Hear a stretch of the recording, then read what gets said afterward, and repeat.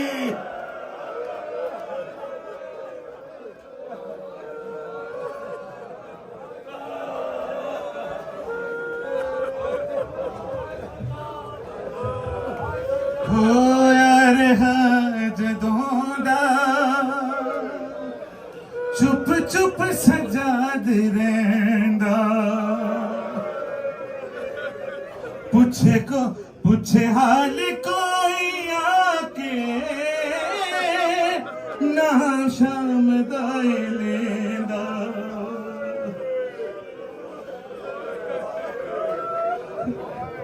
ہویا رہا جدوں دا چپ چپ سجاد رہندا, پوچھے حال کوئی روکے نہ شام دائی لیندا.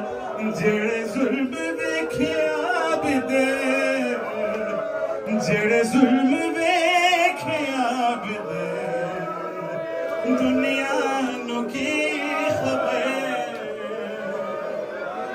سجاد لئیے مشکل اے شام دا سفر, سجاد لئیے مشکل اے شام دا سفر, سجاد لئیے مشکل اے شام دا سفر. سجاد اور اکبر بھرا دا قاتل,